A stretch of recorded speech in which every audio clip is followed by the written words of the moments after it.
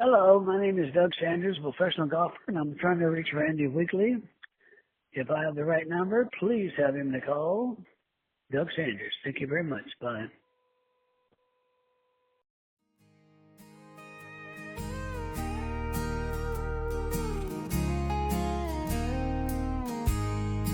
Morning dew on the rolling green, clubs in the bag, I've got a dream. From one small town to the next tee box, a life on the road, chasing drives and shots.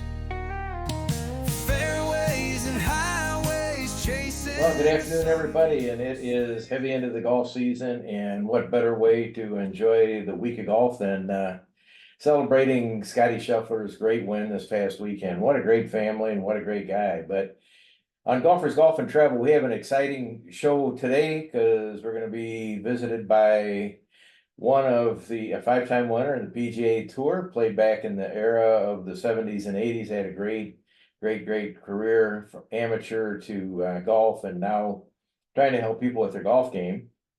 And that's going to be Danny Edwards, who is a great guy and a really interesting life, which we're going to delve into.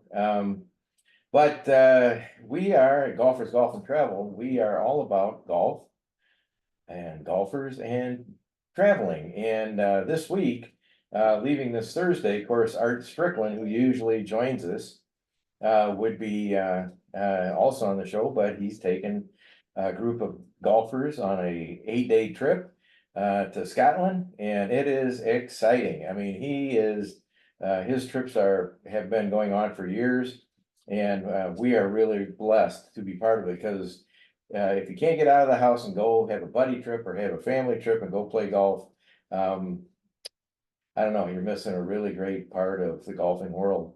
But anyway, the Art of Golf Travel this week is they leave May 8th, which is in 2 days, and they arrive in Edinburgh to transfer to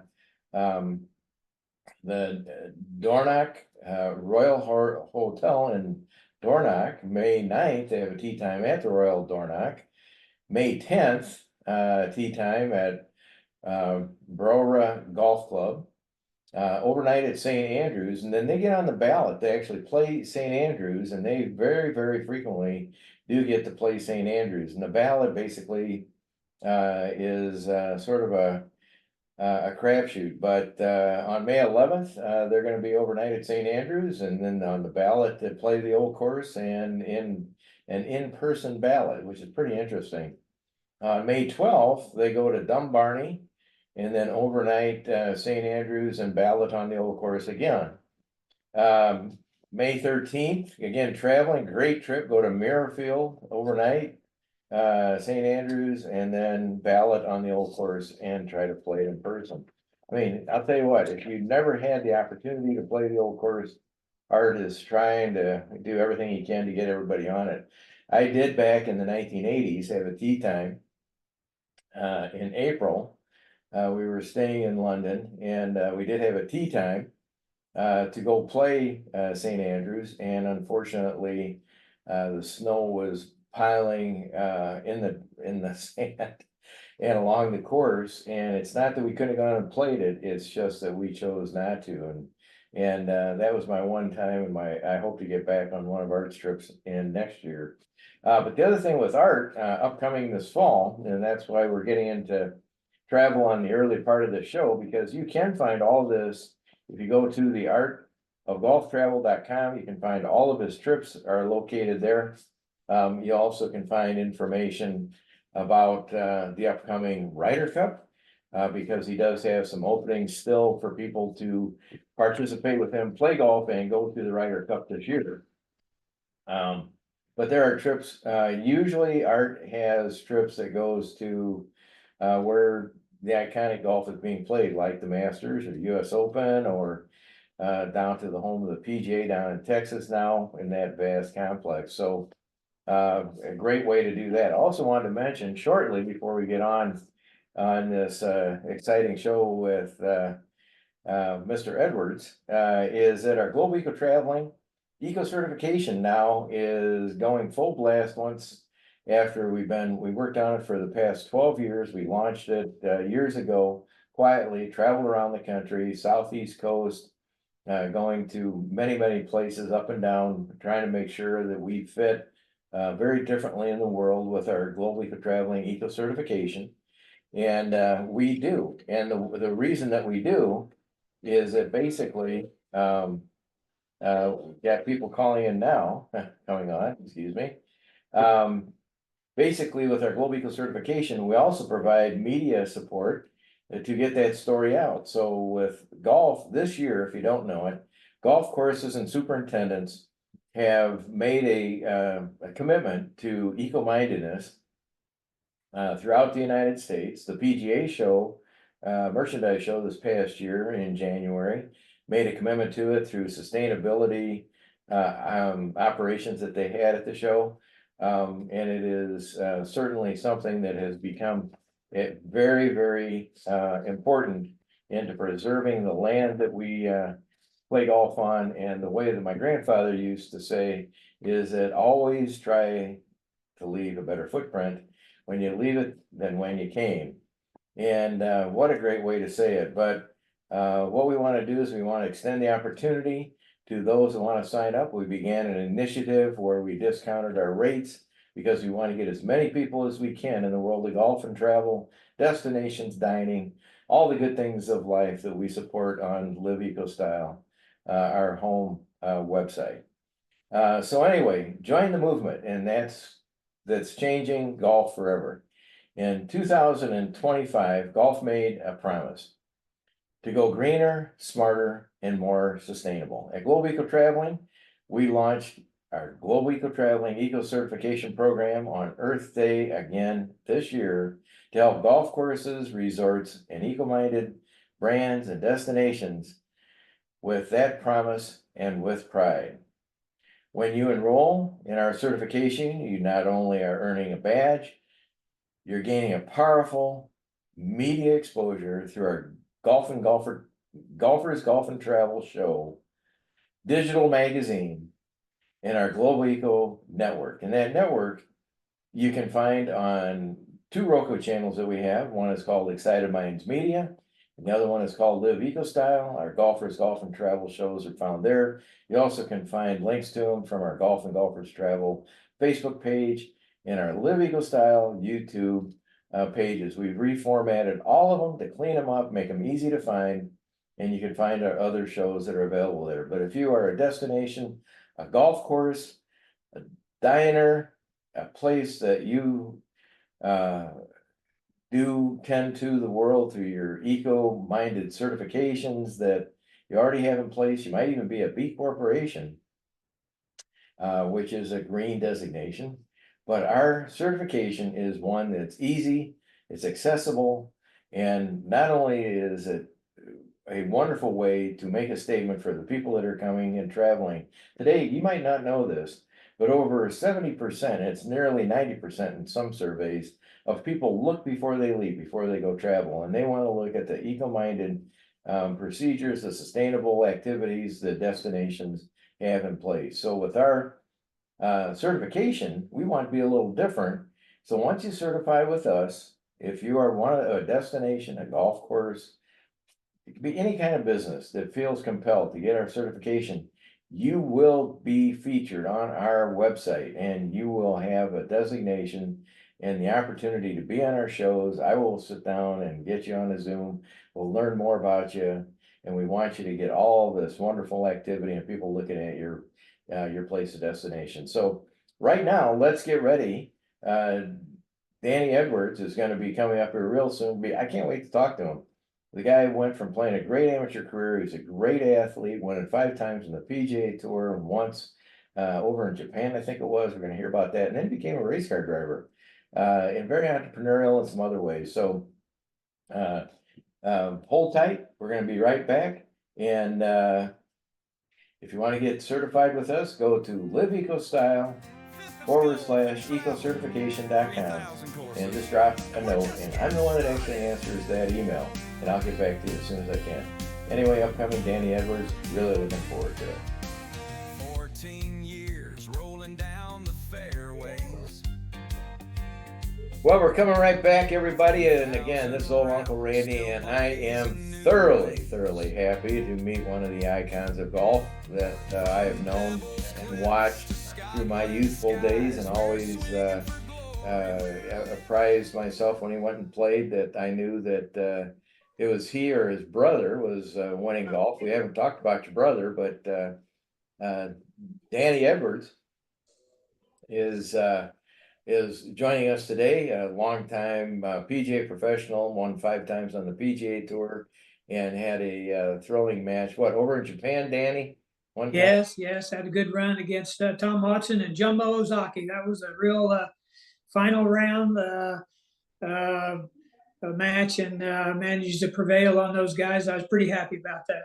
Yeah, well, I remember always going and just being growing up, we're both in the same era, but always admiring your game and how you played. And again, winning 5 times is no idle feat on the PGA Tour, with all the talent that's there.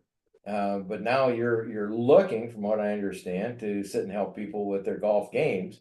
Where are you located these days, Danny? Well, we live in Wellington, Florida here, and play at the Fountains in Indian Spring and around there. And yeah, I like the warm weather. I'm not a cold weather guy, so I like being down here. Yeah, we had our first day of sun here in Northern Illinois. I went out this morning. Yeah, it's a horrible spring. Couldn't be worse. Don't want to be in the golf business this spring up here in Northern Illinois. I'm cold just hearing you talk about it. Oh, yeah. No, I was invited to Disney World on July 4th of last year with my granddaughter, my son and daughter-in-law, and 110-degree heat index. That got used to after a bit, but yeah. No, I'll take that warm weather any day. So sure, it's good. Sure. So are you still playing every day, or what kind of?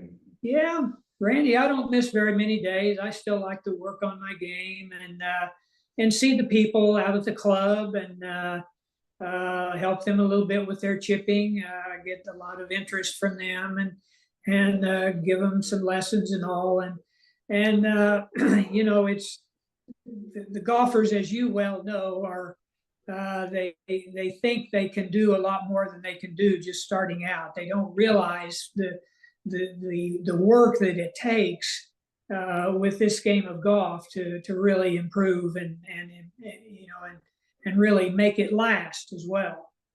Yeah, today, since the year of COVID, with the expansion of golf, there's a lot of new golfers today that are getting their first experience in Top Golf or simulated golf, or they call it golf, hitting a solid object with a solid thing in their hands, and it's expanding exponentially. But the area of the world, as we'll talk about here in a minute, that you have some fascinating ideas and thoughts to really help people in. And I'm going to tell you, everybody up front, I'm going to agree with everything he has to say. With our conversation, and I taught enough and still teach. And when it comes to short game, and the only thing I ever say to anybody with a short game is that you can't get enough practice. But he's going to try to help shorten that and give us an understanding, and I can't wait to hear about it. Right. But some of the expectations as we get older. Are you working out or doing flexibility, or how do you keep yourself in good playing shape? What are you doing? You just go play? Well, Randy, I play a lot. I walk a lot. I've been very lucky as a guy to be in good shape. I've been within 2 or 3 pounds of 150 my entire life, and I eat well. I try to keep my mind good, and I just enjoy seeing people improve at this game of golf. It's such a challenge, and it's a tough game, as we know. But I just have always enjoyed looking at the game and where I could help people. Played in the Pro-Ams, of course, every week, and I'd have 4 people and see their agonizing and their difficulty, and just try to help them play a little bit better golf, because it makes it a little more fun if you know what you're doing and you're saving some strokes. Yeah, without question. This past weekend, and again, Danny sent me a resume. I pulled off his historical resume off the PGA Tour, but then he was nice enough to send me a really nice background look into his past. And I'm just going to give you the short version because I want to use the majority of this time today to talk about his interest in the chipping equation. But Danny was a tremendous athlete in high school. Basketball, you know what, all Yep. state. Yeah, I made a first team all state basketball player, and of course in golf as well. But I grew up in a family that my dad wasn't interested in sports, and I grew up in a town that didn't have a golf course. So Yeah. I never had any place to play golf until I went off to high school. Well, and again, he alluded to the same kind of clubs I had, basically clubs bought in a pawn shop. Yeah, And I'm sure they weren't magically weighted on any swing weight machine, and no, probably had some hickory shafts, some steel shafts, some leather grips that were falling off, or maybe Yep. had electrical tape wrapped around some of the hosels. yeah. Those Oh old, yeah, those were the days. Yeah, I asked for a set of clubs for Christmas finally one year, and I got a 3, 9, 5, and 7, and a pitching wedge, as I remember, and a couple of woods, and away I went. And it was just amazing. I had the good fortune to be athletic and good hand-eye coordination, so I made the team my first year, and ended up my junior and senior year being a first team all on the golf team, and kind of just going from there to Oklahoma State, and then going on from there. So, but I worked really hard. I was very athletic. I learned the game, although I made a lot of mistakes in the beginning because I didn't know the rules very well. But it was. I went to Oklahoma State. Coach Harris, I think I told you, so Coach Harris said, "Well, you might be able to make the team as a junior," and I was shell shocked because I was an all-state basketball player and all, but I ended up playing every tournament for Oklahoma State University for 4 years, and two-time first team All-American there. So, but I learned, I watched, and I listened, Randy. When I was around someone who was good, I was all eyes and ears. I didn't want to show them. I wanted to learn from them. And so I asked them questions. Why do you do that? Why do you play this shot? Why do you play that shot? So that helped me along the way to share that type of philosophy to other people. And that's why I like the chipping equation so much, is because I can help them improve in that short game that's so important for them. Yeah, chipping, we had a prior discussion before coming on air about chipping, and it is full of opinions, I guess. Yeah. Oh yeah, everybody's got one, don't they? Yeah, they really do. So let's get into it. So the chipping equation, you're passionate about helping people with chipping. And Yes. we're going to try to evolve and get this story out, and as the days and weeks evolve, because I'm thinking back, I watched this past weekend just because I had the time to watch it, and I love to watch beautiful golf. But I just sat and watched Scotty Scheffler just hit beautiful shot after beautiful shot after beautiful shot. Absolutely.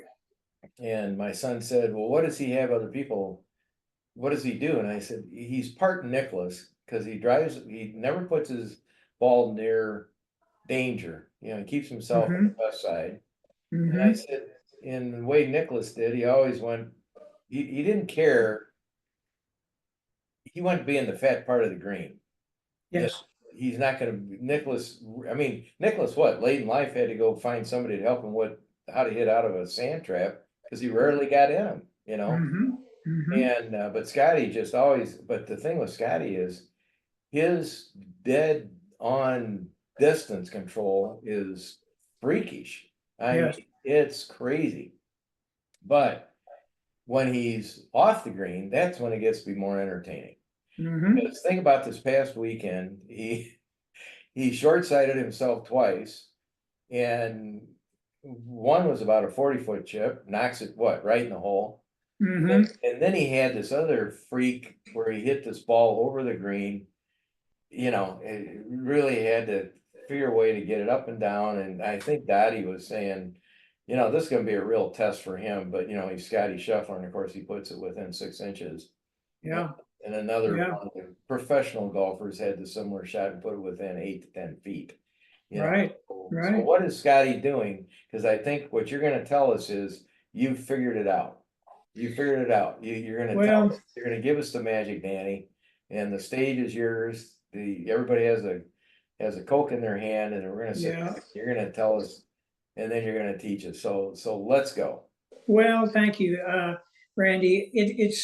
It's got to be simple, but it has to be accurate, and it has to be something that anybody can do. So, as I played every year and played in pro-ams and played with gentlemen, uh, amateurs, I would watch what they did, and so I learned a lot about what not to do, and I felt like I was learning what to do. So, it's horizontal momentum is our friend in golf. Vertical momentum and high shots around the greens are not our friend. That's pretty obvious. Now, if you're a great player and a tour player, you can learn to do that with everyday practice. But most people don't have that ability or that time to do.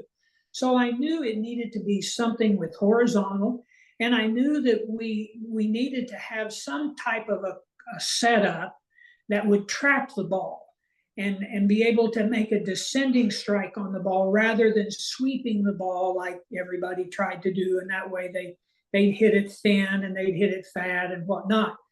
So it was important to have those kinds of things, and then a formula for carry and rollout. And this is very critically important. I bet if you went out to a golf course close by and you asked how many players have a formula for chipping, you would get a bunch of blank stares because nobody does. Why wouldn't we have a little formula that you can either shoot with your rangefinder or step it off and get a spot to land the ball with a certain club and a certain setup? Nothing complicated about that. Doesn't take great skill, doesn't take great hand-eye coordination, but horizontal momentum, chipping to a spot either on the green or just short of the green that you've calculated and is only maybe 4, 5, 6, 7 steps away is very doable for just about anybody. And if you have the chipping equation and you're playing the right club and you land on the spot, that ball is going to roll out and finish right by the hole, 2, 3, 4 feet consistently. It's predictable. And that's the beauty.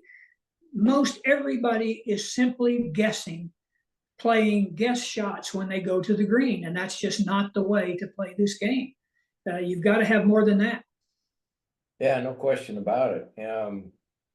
It seems back in, in my playing career, when we used to, and I was telling you earlier, it seems like everybody lost their 9-iron. They didn't lose their leg. Yeah.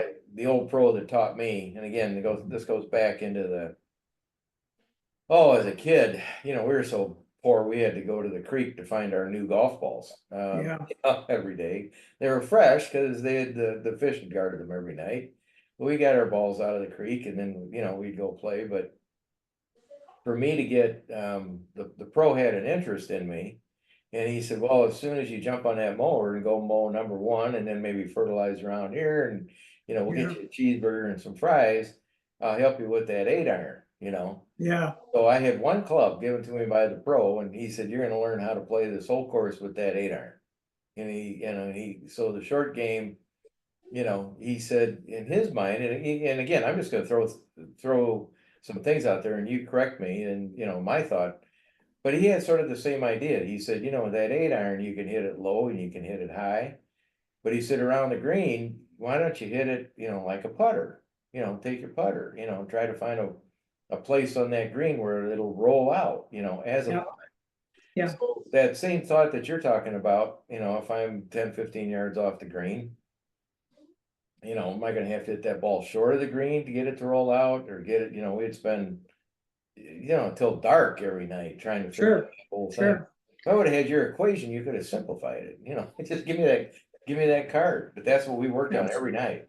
Yeah, absolutely. That's the key to it, is a formula for carry and rollout with a certain club that you can predict. If you chip it X distance, it's going to roll out 2X or 3X.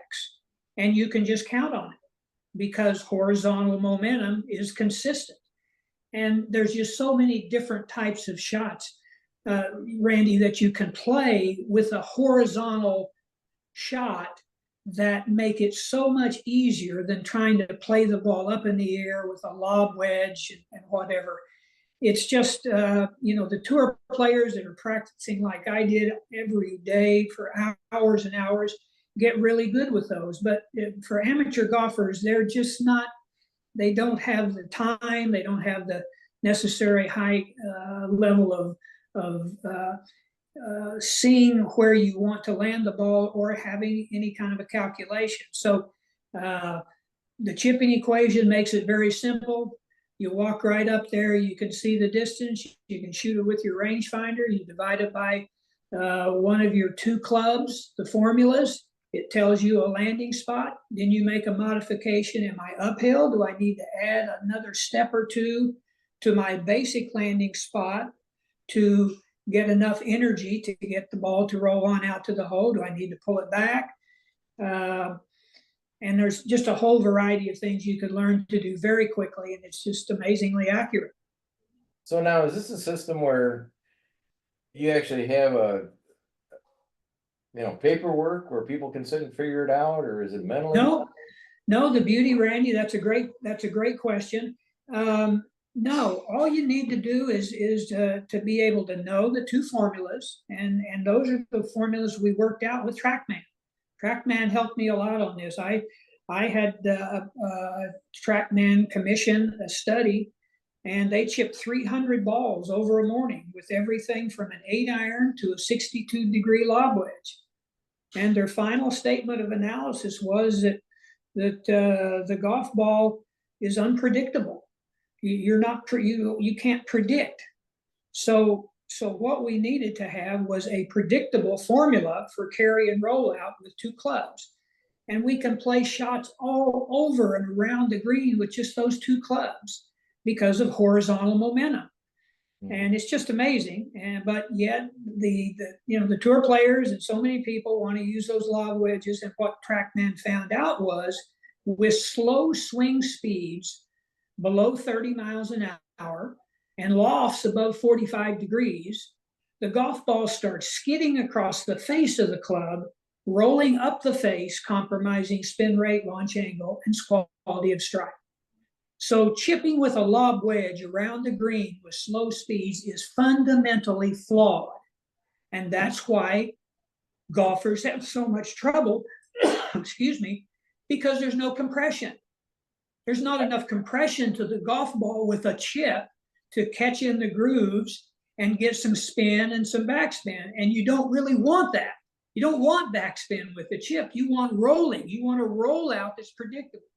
All right. So we found the science, and it works. And my goal, is see if I can get you to help me get this exposed out there, so golfers can have a lot more fun and lower their scores. Well, I was telling Danny, that's why we got two big websites, and we can add pages all day to what we want to do with the websites. And certainly, if everybody is listening now, if you want to get I'm going to hijack Danny. I guess I'm going to do it this way.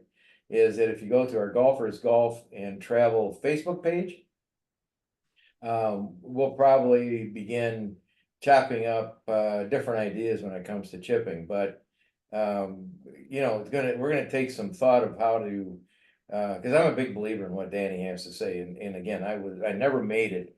I missed getting to the U.S. Open by a shot. Yes, and I like the 3-foot putt, an inch short on the last hole uphill. You talk about losing a night's sleep over something. It was not good. But I also had as a good compadre Doug Sanders, who with his 18-inch putt, we sat and lamented many times down in Boston over lunch and talked about our misery of the game of golf. But in terms of what Danny's trying to do, we're trying to give exposure, and I'm trying to learn from him. I have this conversation all the time. It's just magical to me. I hit my first golf ball in, God, it would be 1958. Wow. And yeah, and we were not allowed to get on the golf course until we were 13. Of course, I could go to the golf course and work at the age of 11 and 12, get my hands in the fertilizer and drive around heavy equipment. Just on the outside chance I could hit that 8-iron and have the golf pro come over and help me hit a few Yeah. shots in the evening. None of that would be allowed today under OSHA or any other Right. stretch of the imagination. But we built a backyard golf course. We had about 14 acres in our backyard. We built a backyard golf course on our own, mowed it with our hand mowers and fertilized with the fertilizer. But it was just a haphazard kids course. But the short game thing, of course, we had to hit some clever shots under trees and around trees and get the short game going. And we'd read books about the short game, and I'd read. And the more I read it, the more I got confused. And realized that basically it's even today. You sit and you take a look at, we're sitting watching somebody this weekend had 106-foot putt, and puts it a foot around the hole. And I'm sitting there and my wife plays golf. And I said, do you know how those guys know how to do that?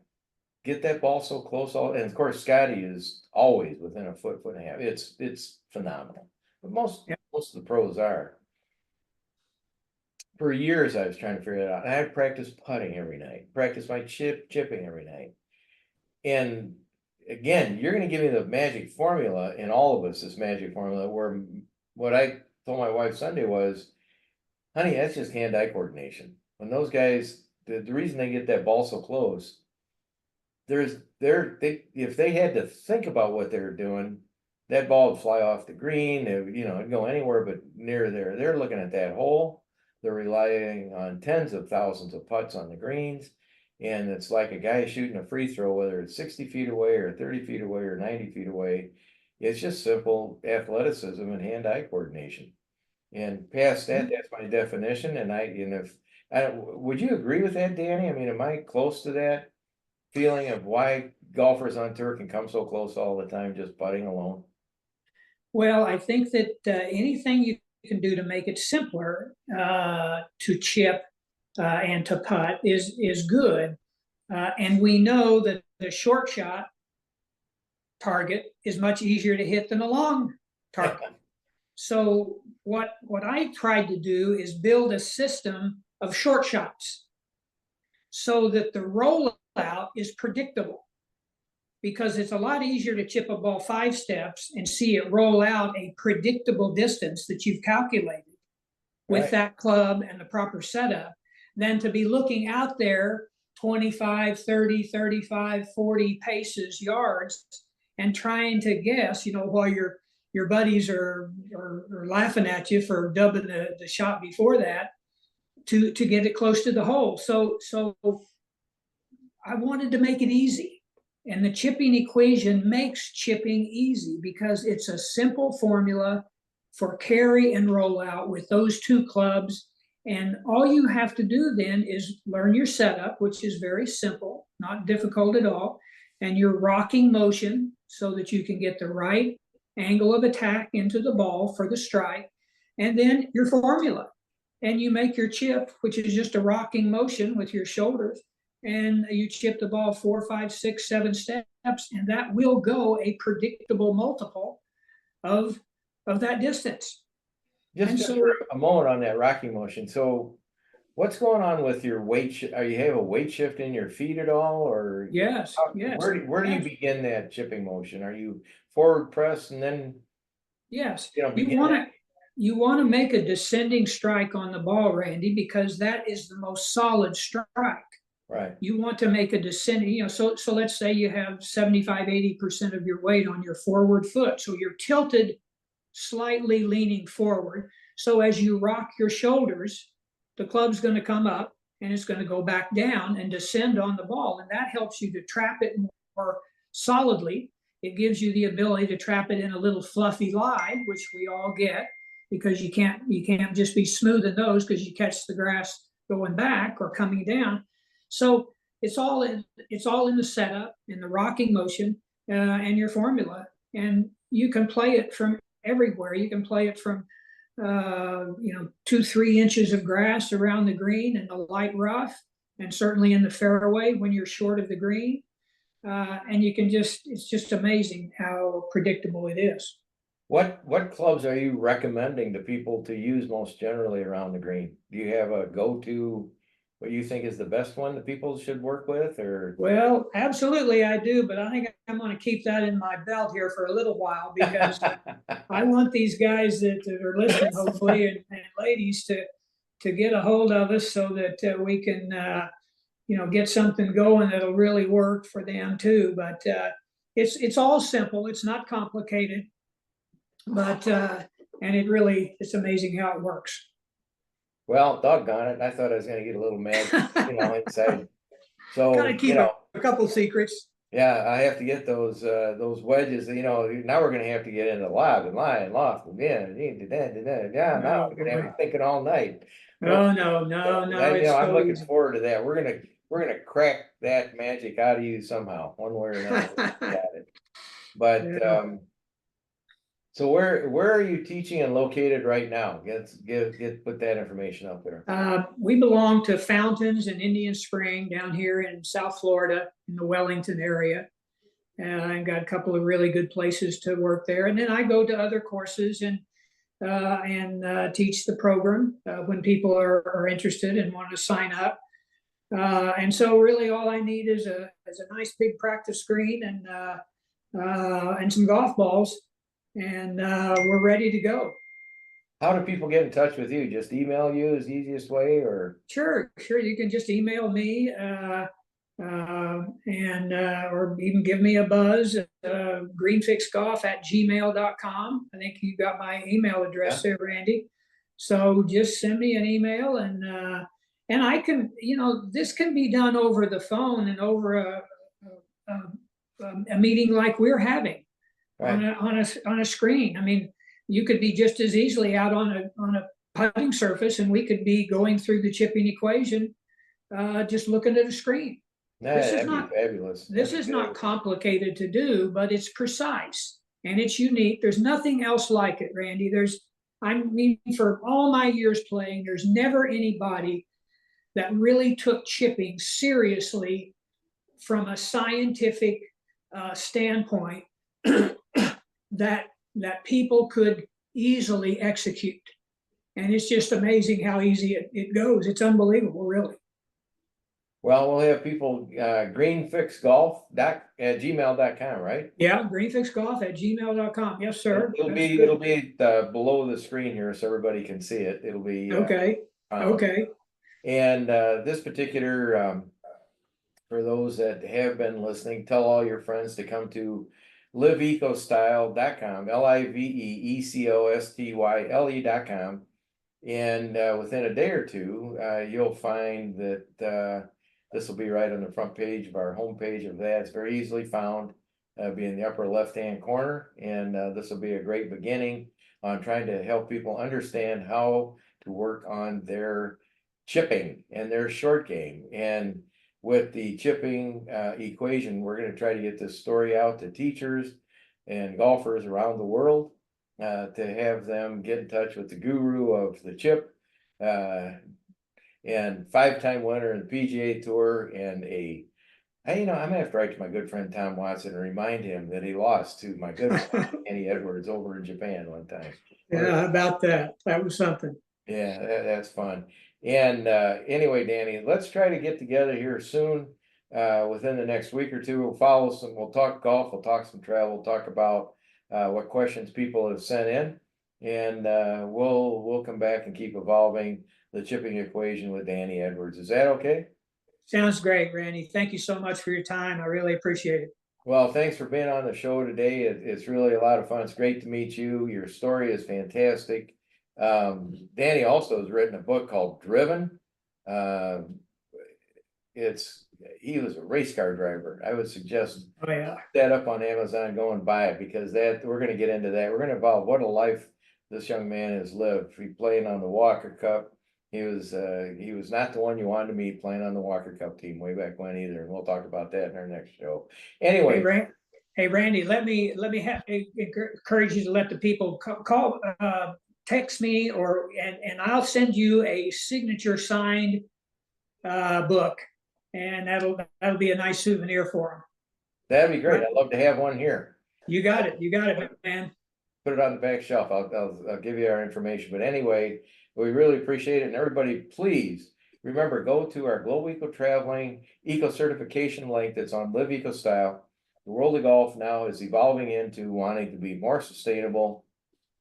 And everybody that comes on our shows is taught by my grandfather. And as he always said, no matter where you go, always leave a better footprint when you leave. So for today's show, Danny Edwards, this is old Uncle Randy. We'll look forward to next week. I can't wait to learn more, but stay tuned, be safe, go play some golf. And we're going to learn how to chip for the next few days, months, weeks, and hours with Danny Edwards. Thanks very much, Danny. Be safe. Can't wait for next week. Talk to you soon. Bye-bye.